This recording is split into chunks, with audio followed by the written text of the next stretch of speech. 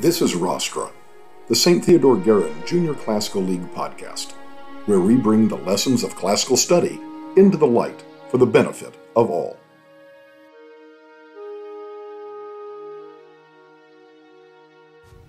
So welcome back to another episode of Rostra. We've got Ella Weinschrott here with us, and Ella is one of our Latin 1 students. And I gotta say, I kind of think I say this with every episode, to be honest, but I'm excited by this topic. We had a whole lot of topics for students to choose from, and then people could pick their own if they wanted to. But the one that you picked, I think a lot of people will be interested in, because I think a lot of people aren't going to know a lot about it. So first of all, what is your topic? My topic is researching Roman fashion and clothing. I mostly focused on the social pyramid and what differentiated between the social pyramid of each person, like lower class and higher class, along with just the casual clothing and what was fancy for some people and what wasn't for others. Okay, so I've got to ask before you get into that, why? Why did you choose this particular topic? It interested me because I think clothes say a lot about a culture, especially in the Roman and Greek cultures a lot, because I pretty much knew togas. Right, Rome and Greek. That's all I really knew. So when it came to this topic, I wanted to learn more about it and really what did they wear on a normal basis. And that's why I think a lot of people are going to be interested, because exactly as you said, I think if you just ask people on the street what did ancient Romans wear, most people are going to say toga. Yeah. And they're right, toga was an important garment, but there's a lot more to it than that. And so I think this is going to really help people. So what are some of the things you discovered? Well, it pretty much was the same for most people. Boys wore tunics under their togas, which was just casual clothing for most people. Along with girls just wore togas as well. And so it was really pretty much the same for boys and girls, no matter the gender. But it differentiated when it came to the social pyramid. The rich kids wore colorful things, because togas are this just plain white garment. Well, to separate the rich people from the lower class, then they decided that they needed more colors, so they wore tunics underneath to add more personality, to make them different from lower class. Now, I'm going to stop you there, because to a certain degree that is right. Certainly guys and girls both wore the tunic. Honestly, you think about people today, men and women both wear blue jeans, right? Blue jeans and a t-shirt. That's become kind of the general garment, kind of the general outfit for people. I will say when it came to the toga was specifically for guys. So girls wore a different kind of garment. It looked similar to a toga, but it was cut differently and actually had a different name. And so we'll maybe get into that a little bit, but I wanted to clarify that. But the whole thing about the different classes and upper classes wearing stuff with more color, where did that come from? And where does the coloring of the cloth come from? Did you find that?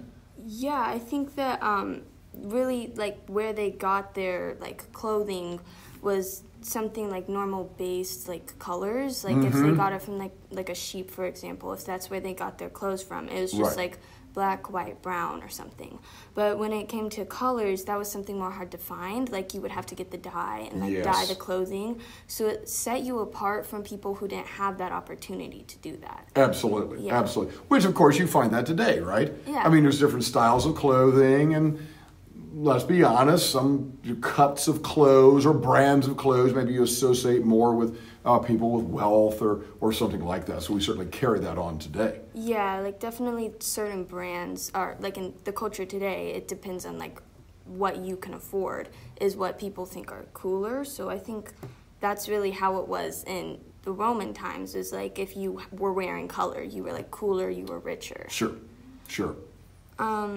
But a lot of their clothing was really influenced by Greek and Egyptians, I found. Yes. Yeah.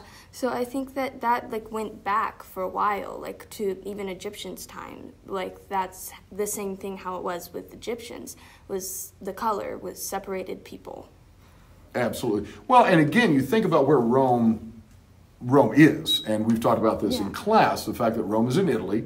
Italy is in the Mediterranean. And so you've got all these other cultures, right? North African cultures, you've got Egyptian, you've got Greek, you've got Middle Eastern. All these cultures that are interacting with each other, and they're going to influence each other's tastes and fashion and music and everything else. And so that's to be expected, although a lot of times people don't think about it. Yeah. Like what we said earlier, I guess I messed up a little. The boys and girls did wear different things. So the girls wore, it was like a toga-like dress. Was it called a stola? Called a stola, exactly. Yeah. Very good. I wrote that later down. I didn't see it till Yeah, just now. no, that's good.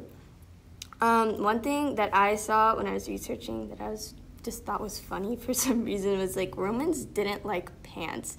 They thought they were like stupid or non-Roman, so they didn't want to incorporate it in their culture at all. It's very hard for me as a Latin teacher to wear pants while teaching Latin, because I know the Romans would think, you're a barbarian. What are you doing wearing pants? That's so barbaric, right? Yeah. Aren't you a real Roman wearing a toga? Yeah, I feel like the toga was thought of as like the fashion that everybody wanted to be wearing. There you go, absolutely. Yeah, definitely.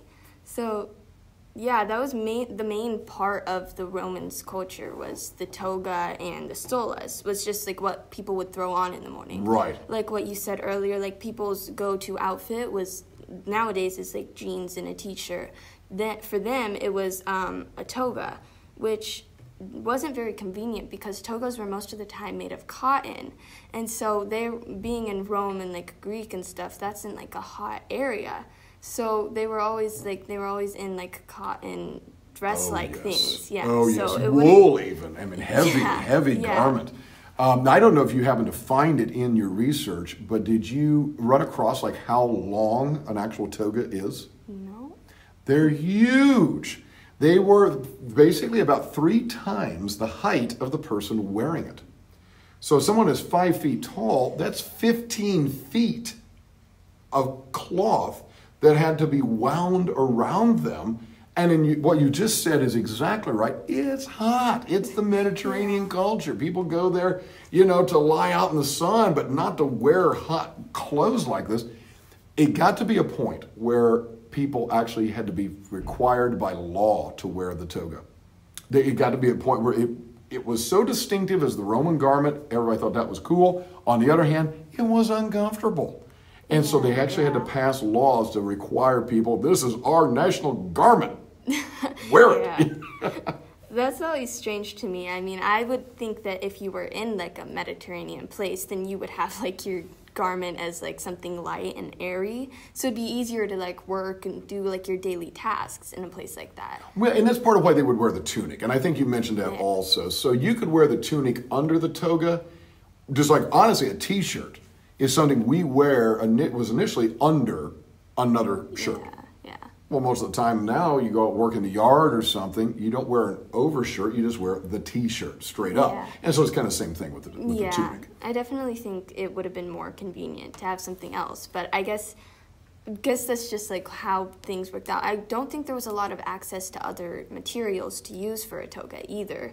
So I guess this was kind of like one of their only options, something more accessible for most people was just to make a toga. Yeah, no, absolutely. That's exactly right. So as we think about this here, and like I say, I think a lot of people will be interested in this episode. Is there anything else you ran across that you say, I want to be sure that people know? Any interesting facts or anything like that you came across in your research? And if you don't, that's fine, but just want to make sure that you got to say everything you want to say. Well, I mostly just wanted people to know that Romans don't like pants. Romans don't like pants. Yeah. If you don't get anything else out of this episode, folks, know that Romans don't like pants. Now, I got to say, and this is an audio podcast, so nobody, of course, is going to see this, and our listeners are not going to know what kind of earrings you are wearing at this moment. So, Ella, would you like to just tell the audience what kind of earrings you are wearing at this moment? Well, they're blue. They're blue earrings. Yes, they are. Yeah. They're blue dangly earrings, and I got to tell you, ancient Roman women wore earrings of the same kind of style. The basic pierced ear, the basic hook that goes through the hole in the earlobe, they wore that. And so a lot of jewelry that goes with fashion really hasn't changed. I mean, Right, some of the yeah. style may have, but the basic function and how the jewelry works or clasps on a necklace and that kind of stuff, they basically have the same stuff. We got most of the things tools like that we're using for like our agricultural farming and stuff. Most of that stuff came from ancient Rome and like Greece and Egypt and stuff. And it just got passed on, like where Rome got all its cultural things from like Greece and Egypt, and that's where they got most of their things, and it's just gotten passed on from here. Yeah. So it's really just like things like earrings that would seem so normal today were really just things that came from a while ago. So it seems like we're just keeping our culture going on, acting like it's normal, but it's actually something that they've had going on for a while Going all the way back to them. Yeah. Well, Ella, it's been absolutely fantastic. I think our listeners know that if you go in a time machine back to ancient Rome, pack your toga, but leave your pants at home. Thank you for listening to Rostra. You may check out all our episodes on Spotify and follow us on social media at GuerinJCL. That's at GuerinJCL.